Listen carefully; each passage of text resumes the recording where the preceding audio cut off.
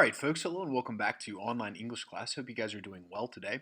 Today we're going to continue the process with our fourth day of review for your upcoming AP exam on May 20th, which is going to require you to write a rhetorical analysis essay.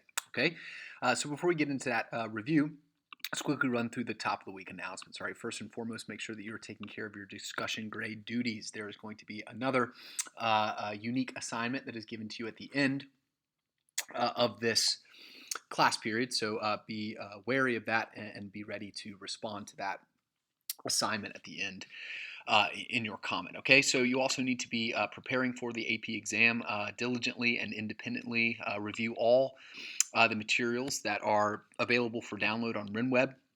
And use them to sharpen your knowledge of how to read rhetoric effectively and how to write an effective and reasonable analysis of a piece of rhetoric. Okay, so you should have also engaged with all of these background links that help explain what the exam is going to look like. This page here that you can access if you want to by simply Googling AP English Language and Composition Exam 2020 Coronavirus Updates and then doing a little digging, and you'll find your way here. It simply summarizes all the information that you need to know in preparation for your May 20th exam, including significantly the time of the exam. Okay, so please don't be late for that. Log in 30 minutes before your exam. Okay, beyond all this, you need to continue the process of drafting your quarter 4 essay, and you can submit that anytime from May 18th to May 22nd. Okay, so without any further ado, let's go ahead and begin the process of finishing our last review day for the reading skills necessary to complete your rhetorical analysis essay. On Friday, Monday, and Tuesday, we'll be talking about the writing skills that you will be evaluated and required to display on the exam. Okay, so up to this point, we have defined generally what rhetorical analysis is. We've divvied up the skills and knowledge necessary in order to develop an effective rhetorical analysis into two major categories, right? Our reading skills and our writing skills. All right. We've spent the last 3 days and today our last day talking about the reading skills. That is obviously the foundation of your essay. Okay. You cannot, no matter how good of a writer you are, if you haven't read the piece of rhetoric well and you don't understand how rhetoric works and you can't read how rhetoric works effectively, then it doesn't matter if you know how to write an essay. You're not going to write a good one. Okay, it's going to be empty. You're going to miss all of the details that you are supposed to be unpacking and analyzing. Okay, so our reading skills begin with an understanding of the rhetorical situation. Okay, as a speaker attempts to accomplish their goal within a specific rhetorical situation to a specific audience. All right, and they accomplish that goal by developing a message, crafting a message that is appealing to that audience. All right, how do they appeal to that audience? Well, primarily by appealing to their rational minds, by appealing to their emotions, and by developing a positive relationship between themselves and their audience. Okay, we would call those the ethos, logos, and pathos appeal. Okay, generally. All right, but obviously the way that those appeals work are contingent on situation. Okay, we also talked about the ways in which a speaker's claims, their goal, the thing that they want to do or to accomplish, is substantiated with evidence, and that evidence is structured into a line of reasoning. Okay, that is associated with what appeal? The logos appeal. Okay. Today, we're going to finish our deepening our understanding of how to read rhetoric by looking specifically at style. Okay, we're going to be studying close reading. Okay, so the College Board wants you to be able to read and explain how a variety of stylistic choices inform or are related to the situation that he or she finds herself in, right? The goal that she is trying to accomplish, the goal that he is trying to accomplish with respect to his or her specific audience, okay? They want you to be able to analyze and explain how specific word choices relate to the accomplishing of their goal, how comparisons, whether figurative or simply logical, like an analogy, contribute to the accomplishment of that goal, how syntactical structures contribute to the accomplishment of that goal. Okay, so we should define what close reading style actually is. And to do that, we would want to scroll down in our lecture slides to the lectures devoted to the close reading of style, right? So what is style? Well, in rhetoric, style just refers to the author's or the speaker's use of language, how they are specifically tailoring their words, their sentences, their paragraph structures, the organization of their argument, the form of their argument, how they are using images, vivid images and detail, or figures of speech. Okay, Madeline Albright doesn't sort of adopt a lot of sort of poetic language or metaphor, but sometimes in a different rhetorical situation, you will find on the AP exam a speaker who is much more inclined to speak perhaps what we would describe as poetically. Okay, so you just need to be ready and able to analyze a variety of different kinds of styles, all right, and how they are developing tones that are, again, appropriate to the rhetorical situation, all right? So to give you a kind of graphic understanding of this, it's good to use this little graph right here, okay? So your analysis starts with an understanding of the rhetorical situation. You should begin your essay by accounting for the rhetorical situation, identifying primarily, most importantly, who the speaker is and what the speaker is trying to accomplish with respect to their audience in the context that they are in. Okay? In other words, what is their goal? Right? What is their claim? What are they trying to persuade their audience to do? Okay, and then the way that they craft their message to make it appealing to their audience can be described with these three major categories of rhetoric or canons of rhetoric, these meta devices of rhetoric, right? Logos, ethos, and pathos. But importantly, right, the style of the document is not separate from ethos, logos, and pathos, but rather, as indicated in this graph, they help build these impressions. Okay, so we deepen our analysis of the speaker's accomplishment of their goals when we link the analysis of their pathos appeal, for example, with their use of specific strategies or devices of rhetoric, okay? The way that they actually structure their language, okay? So don't get hung up on the difference between a strategy and a device and all this. In the end, just follow this logical flow, right? You start with words. The words are organized in certain ways by the speaker in order to develop different kinds of appeals to make a message that is appealing. And the purpose of the appeals, obviously, is to help the speaker achieve or to arrive at his goal. All right, so what are some areas of style that we pay attention to? Well, we pay attention to specific word choices. All right, does that mean we have to analyze the significance of every word in the entire document? Of course not. All right, that would be impractical and also unnecessary. But it does mean that we should pay attention to specifically important words or words that cultivate powerful emotional responses or words that characterize the speaker a certain way, a significant way. Okay, we should also pay attention to syntax and the way in which the sentences of the essay or the piece of rhetoric are structured. Okay.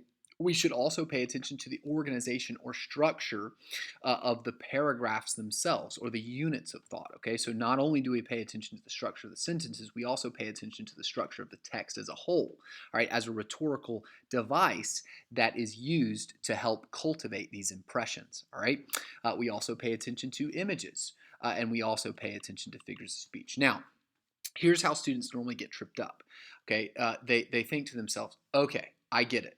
What I'm supposed to do is I'm supposed to like identify that the speaker is using imagery or they've used parallelism, right? Bam, textual evidence. Here's an example of parallelism. Boom, I did it. Analysis over. No. okay?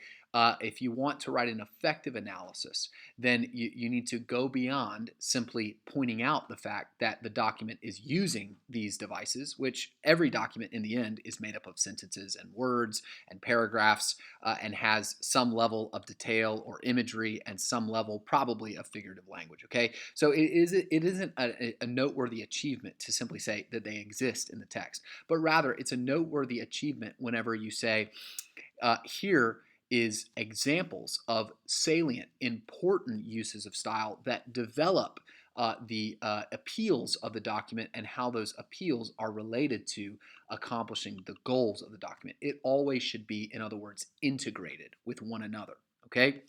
You can't do one without the other, which, if you look back at your comments, you'll realize that you already know this. Okay, you're already doing this. When I asked you to analyze ethos, or when I asked you to analyze examples of Albright's development of pathos, what you guys were doing was citing specific textual examples of important word choices or syntactical structures, and all we're doing today is deepening your understanding and expanding your ability to notice those things and to explain the significance of those things. Okay, so what is word choice? What is syntax? What is meant by organization and structure? What is meant by imagery? What is meant by figurative language? What is meant by tone?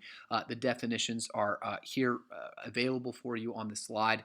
And up to this point, I'm confident that all of you should know what each one of these terms mean. Okay, if you find yourself a little bit wavering on your understanding of what these elements of style are, then review them. Okay, but for the sake of time, we're going to move on. Okay, one area of style that you're less familiar with and that we spent some time drilling down on is the analysis of syntax. Okay, does this mean that syntax is like particularly important in rhetoric? Well, no, all style is particularly important in rhetoric. It's just an element of style that we hadn't talked about at length prior to 11th grade, and in the AP language class, there is an emphasis in the curriculum about exposing students to the rhetorical significance of sentence structures. Okay, so there's some areas of syntax that you would want to pay attention to, like sentence length, right? How long is the sentence? Sentence structure, how is the sentence put together? And then sentence styles, like various ways that sentences can be put together according to convention. Okay, so we've got some terms that help us just describe sentence lengths. Now, if you just identify the fact that there's a telegraphic sentence in a passage, have you done any analysis worthy of note? Okay, no. But is having that term at your disposal helpful? Yeah, because you can name a thing that you see in a text, and then you can go about the process of linking it to the accomplishment of the rhetor's goal by developing an argument that is appealing to its audience. All right. Now, obviously, we've also got some sentence structures that you can use, and you should have kind of in your hip pocket to describe how various sentences are structured. Right. We've got simple sentences, compound sentences, complex sentences, compound complex sentences. Okay. We use this example from Winthrop's speech to help us understand the various functions of these kinds of sentences. Okay, you can go back to that lecture if you have those notes somewhere, right? We also talked about parallelism. All right, parallelism is a very useful kind of sentence structure to have at your disposal, and both as a writer and also as a reader to understand what parallelism usually signifies in a sentence. It normally builds some kind of relationship or helps point out a kind of juxtaposition as you put two unlike things right next to each other. We call that antithesis in syntax and syntactical analysis. It helps point out a contrast or develop a parallel or comparison. Okay, and then we've also got subordination. All right, and subordination is basically putting together two clauses, right? One independent, one subordinate, and it is used in a variety of different ways, in a variety of different contexts by authors. So seeing the use of subordination in a complex sentence is not in and of itself a feat,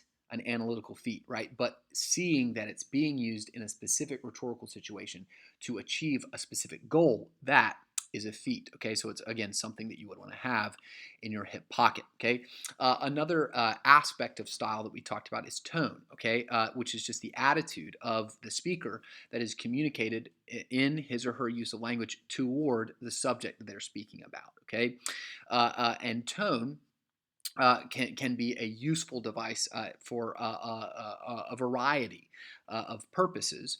Okay, but essentially, right, this device called a tone shift, when a speaker shifts his or her tone in the course of an argument, can also be an important pathetic or ethical device. Or even a logical device, depending on context. Once again, it all depends on context. Okay, so let's watch this be applied with respect to the document that we spent quite a bit of time with recently. Okay, so let's go back to Madeleine Albright's essay from the 2018 English Language and Composition Free Response question number 2. All right, so this is the same kind of question that you're going to have 45 minutes to work on your exam. Okay, it won't be this question.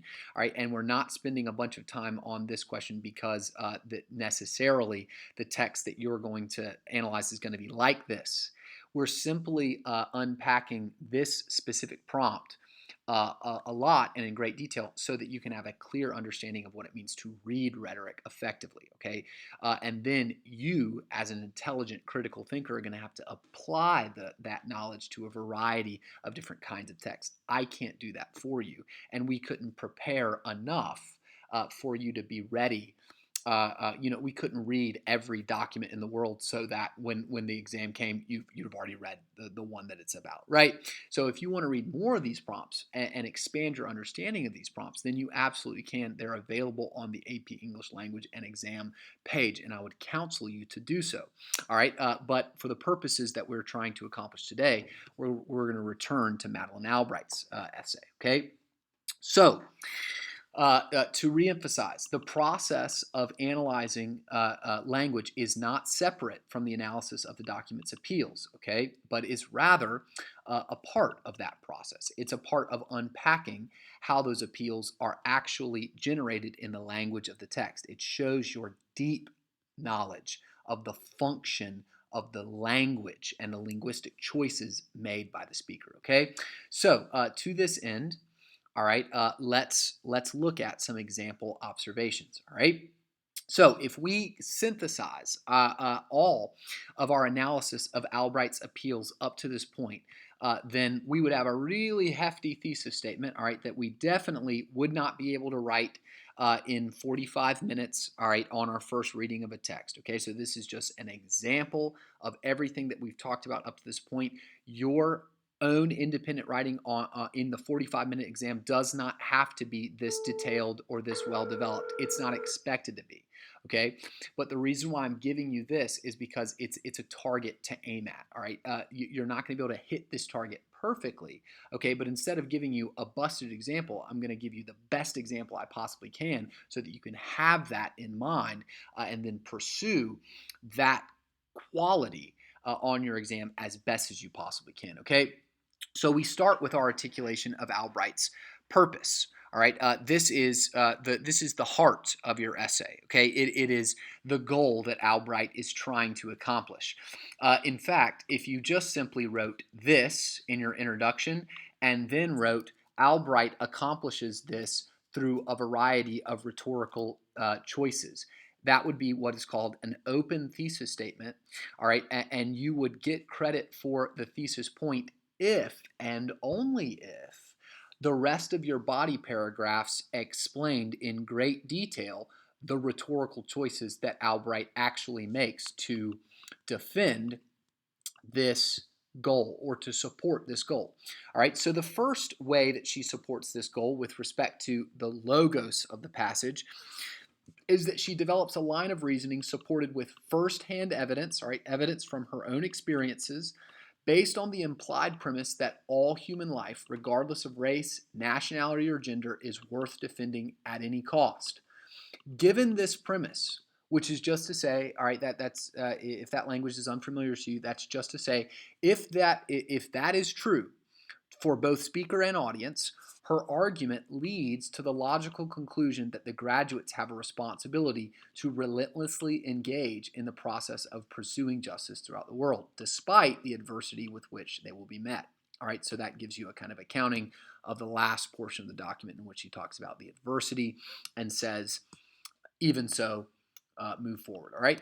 The second way she supports this argument with her rhetorical use of emotion can be summarized as follows. She also supports her goal by engaging with the emotions of her audience, offering offensive examples of injustice that threaten the well being of the vulnerable, and by offering inspiring examples of uncommon women just like them working successfully, courageously, and faithfully all across the globe to rectify these injustices, which evokes in the audience a sense of solidarity and empowerment. So there's the pathos of the argument, right? The emotional argument. All right, and then number three, okay. Finally, Albright characterizes herself. So what are we in? What appeal are we discussing here? Okay, obviously the ethos appeal. Albright characterizes herself in the eyes of her audience as a reputable, trustworthy speaker who shares her audience's values and courageously and faithfully pursues those values. In this way, Albright is not only virtuous in the eyes of her audience, but experienced and capable, making her call to active pursuit of justice throughout the world all the more compelling. All right. So that is kind of a unifying summary of all of the rhetorical choices, in my view, that Albright makes throughout the course of the document, or at least a good account, a well-developed account of the rhetorical moves that Albright makes to support her purpose. All right. Now, how do we substantiate our analysis of Albright's rhetorical strategies or rhetorical choices, her use of these appeals, with a close analysis of her stylistic choices? Okay, well, with respect to Albright's line of reasoning, okay, we could observe that Albright's use of parallel paragraph structure, which is a motif throughout the course of her argument, she uses these parallel paragraph structures, all right, over and over again, in order to offer a number of examples of the injustices that exist in the world. In other words, she doesn't just simply say, "Hey guys, you're supposed to value, human rights and the inherent value of human beings. And there's all these injustices in the world. So what are you going to do? You ought not live selfishly and complacently. You ought to live with courage and faith in the pursuit of justice for all." Right? She doesn't just say that and then drop the mic and walk away. What does she do? She offers a number of stacked up examples of these enduring injustices in the world, and each one of the paragraphs follow a similar or a parallel pattern, right? They begin with a statement about progress, okay? So largely because of U.S. leadership, nuclear weapons no longer target our homes. Okay, that's good. We could relax. And then in each one of the paragraphs, you'll notice that she uses the word instead, okay? Instead, instead, instead, okay? This transitions in this repeated use of the word instead here transitions into the enduring problems that need to be addressed. All right. So in each paragraph, she signals the shift. All right, using the transitional word instead, and obviously, very much the logical implications are clear, right? And they're emphasized by the use of these parallel examples of injustice, right? Because these injustices persist and they are seemingly pretty common, right? As can be seen through her litany, her list of examples. All right, given the audience's values, they're left with no rational choice but to continue the good work that is already being done. All right, the parallel paragraph structure serves to effectively emphasize the amount of injustice that persists in the world, despite the fact that evidence of progress might lull the graduates to complacency. Okay, so in other words, she kind of concedes, hey, look, we did some good stuff, and that might make you feel like we should just be satisfied with that, or we should relax, or the world's doing pretty good right now. Instead, we need to continue our work. All right.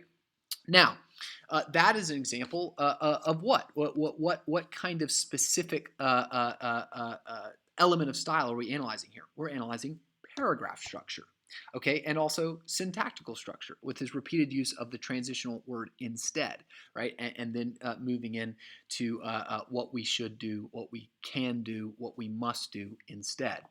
All right.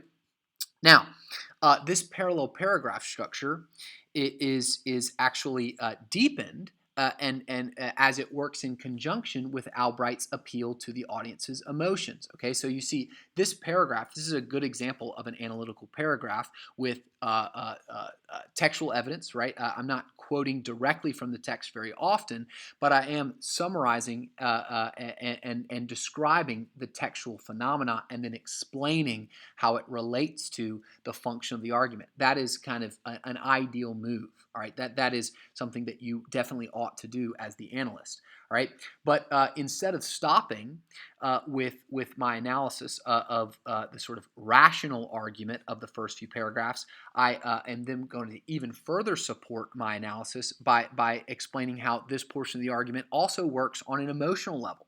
All right, as she conjures, right, or builds with her language vivid images of children maimed by the scourge of landmines and refers to those who consider rape just another tactic of war.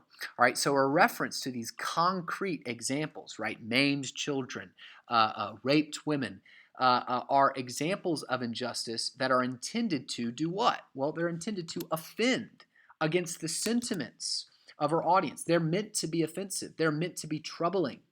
And that strengthens the appeal of our call to action, right? So not only is it reasonable to continue, right, but these very sort of emotionally engaging images help fortify that logic with this deep emotional dissatisfaction and offense at these kinds of moving examples of injustice. Okay, she doesn't just blandly or baldly state there are children at risk throughout the world, but rather refers to the very concrete image of a child maimed by a landmine, right, a blown off foot, okay, or something to that effect. Okay. Now, instead of stopping there, right, I'm going to continue my paragraph even further as I analyze this first chunk of text, all right, by explaining how this portion of her argument is also fortified and substantiated by her ethos appeal, by her self-characterization, okay? So furthermore, okay, transitioning into this further analysis, she characterizes herself as one who shares her audience's sentiments. Okay, so not only is she engaging with those sentiments, she clearly shares them.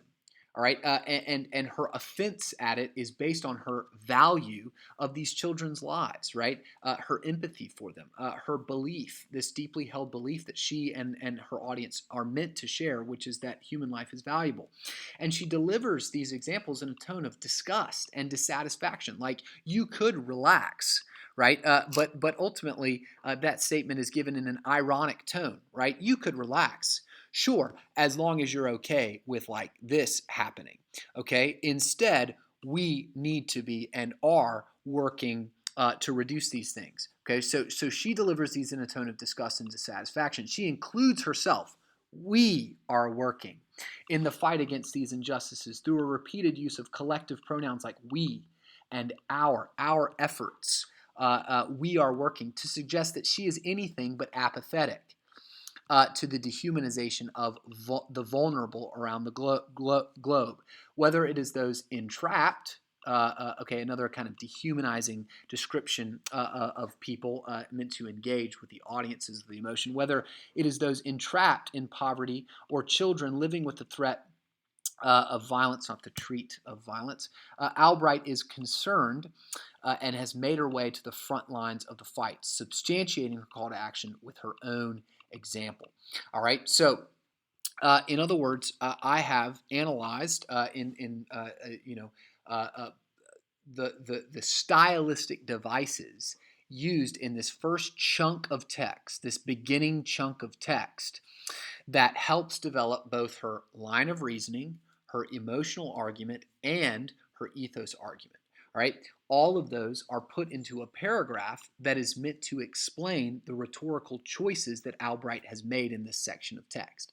Okay, I'm substantiating and deepening my analysis of her rhetorical strategies, right? The strategic moves that she makes with my analysis of her stylistic devices or her stylistic choices. Okay, so don't get too caught up in the distinction between those two things. Just know that you need to substantiate your reading and analysis of the rhetorical choices that are at work with a close reading of the style, okay, how the passage is organized, how the sentences are structured, how the words are used. Okay, so for the sake of time, I'll stop there. All right, but that hopefully is a helpful example of a paragraph that has well developed evidence that is commented on and explained in connection to the purpose, the larger goal that is trying to be accomplished by Albright in her argument. Okay, so your remaining task is to go to the AP English Language and Composition 2018 free response question 2 sample essays. All right, so find that. It's going to take you to a list of sample essays written by students in 2018 that have been published by the College Board as examples of student writing. Okay, some good, some bad. Okay, I want you to identify in these samples one good essay. All right, now when you read these essays, they're not going to knock your socks off, all right, because they were written by students in 40 minutes with the pressures of time and the pressures of only having read this text one time. We've worked with this text multiple times, right?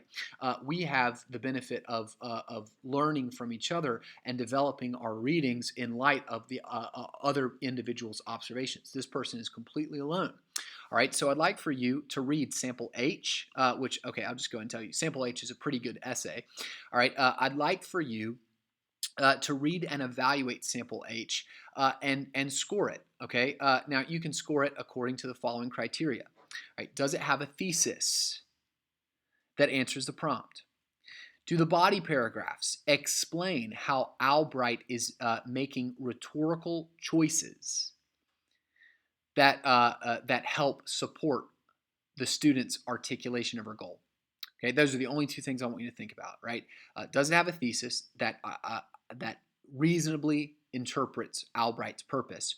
And does the student have textual analysis, all right, that unpacks the way that those rhetorical choices are functioning in the argument? All right, so give me an evaluation, just a quick. If you were the student's teacher and you had to give them feedback on those two things, thesis, and then the body paragraphs developing evidence that explain how specific aspects of the text are related to developing that goal. All right, it's going to be both similar and also different than the analysis that I developed and that you have been developing in the comments section because there are multiple different ways to skin this cat. But I'm asking you, is this a reasonable way? Is this a reasonable articulation? How good do you think this essay is? Okay, so I just want you to do this for this one source. I was going to have you identify a bad one, but we'll just skip the bad one. You can ignore the bad one, and you can work with Sample H. Okay, so that's your task for the day. This should take you about 10, 15 minutes to evaluate this essay. When you're done with this, leave your comment, and then you can go about the rest of your preparation process and the rest of your day as you see fit. Okay, have an excellent day.